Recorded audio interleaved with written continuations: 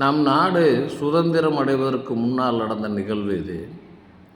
ஒரு ரயில் பெட்டி, அந்த ரயில் பெட்டியில் ஒரு ஆங்கில இளைஞர் சென்று கொண்டிருக்கிறார். கோட் சூட்லாம் போட்டு நல்லா நீட்டாக இருக்கார்.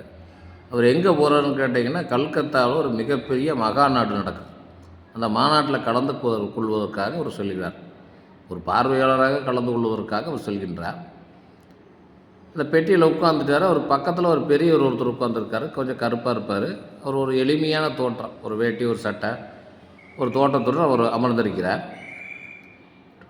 ட்ரெயின் கல்கத்தா நோக்கி சென்று கொண்டிருக்கிறது. கல்கத்தா ரயில்வே ஸ்டேஷன் வந்துருச்சு. இறங்குறாங்க எல்லாம். இந்த இளைஞர் கையில் ஒரு சின்ன பெட்டி. அந்த பெட்டியை அவர் எடுக்கிறாரு. எடுத்து பார்க்குறாரு.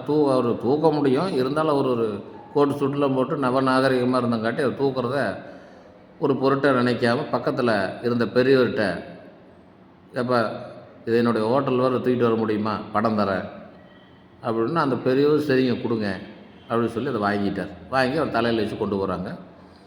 அந்த ஆங்கில இளைஞன் தங்கக்கூடிய ஹோட்டல் வந்தது. அந்த பெரியவர் கொண்டு அந்த பெட்டியை ஒப்படைச்சார். அதுக்கு காசு கொடுத்தாரு. அதை வாங்கிட்டு அந்த பெரியவர் கிளம்பிடுறார். அன்றைக்கி சாயந்தரம் மீட்டிங் நடக்க போகுது, மாநாடு. இந்த மாநாட்டில் இந்த இளைஞர் ஒரு பார்வையாளர், சும்மா கலந்துக்கிற போகிறார். சாயந்தரம் மீட்டிங் நடக்கிற இடத்துக்கு போயிட்டார். மீட்டிங் நடக்குது. கீழே எல்லாம் பார்வையாளர் கூட்டத்தில் லட்சக்கணக்கான பேர் உட்காந்துருக்காங்க. அதில் ஒரு இளைஞராக இந்த ஆங்கில இளைஞன் உட்காந்துருக்கிறான். மேடையில் வரிசையாக தலைவர்கள் ஒவ்வொருத்தராக உட்காந்துருக்குறாங்க. அப்போ அந்த தலைவர் கூட்டத்தில் பார்த்திங்கன்னா நடுவால் ஒருத்தர் உட்காந்துருக்காரு.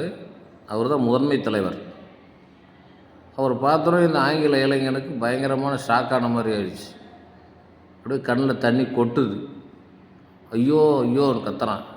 என்னன்னு பார்த்தா, காலையில் இந்த ரயில்வே ஸ்டேஷன்லேருந்து இந்த ஹோட்டலுக்கு பெட்டி தூக்கிட்டு இருந்தாங்க இல்லைங்களா, அந்த பெரியவர் தான் அவர். அவர் இப்படி மிக எளிமையாக இருக்கிறார். யார் அவர், என்ன ஏது தெரியாமல் மேடைக்கு ஓடுறான் அந்த இளைஞர். ஓடிப்போ அந்த பெரியவர் காலில் விழுந்து, ஐயா நான் தெரியாமல் செஞ்சுட்டேன், மன்னிச்சுங்க அப்படி. அந்த பெரியவர் சொன்னார், தம்பி, ஒருவருடைய உருவத்தை பார்த்து இடம் போட வேண்டாம். எளிமையாக இருக்கின்றார்கள் என்பதற்காக அவர்கள் படிப்பில்லாதவர்கள் என்றோ அவர்கள் நம்மை விட தாழ்ந்தவர்கள் என்றோ நினைத்து விட வேண்டாம். இதை இந்த பாடத்தின் மூலமாக கற்றுக்கொள் என்று சொன்னார். அப்படி சொன்ன அந்த பெரியவர் யார் என்றால், மிகப்பெரிய கல்வியாளர், மிகப்பெரிய தலைவர், இந்தியாவின் மிகப்பெரிய தலைவர் ஈஸ்வர சந்திர வித்யாசாகர். இதுக்குத்தான் வள்ளுவர் சொல்லியிருக்காரு, உருவு கண்டு எல்லாமே வேண்டும், உருள் பெறும் தேருக்கு அச்சாணி அன்னார் உடைத்து. ஒரு உருவத்தை பார்த்து எடை போடக்கூடாது.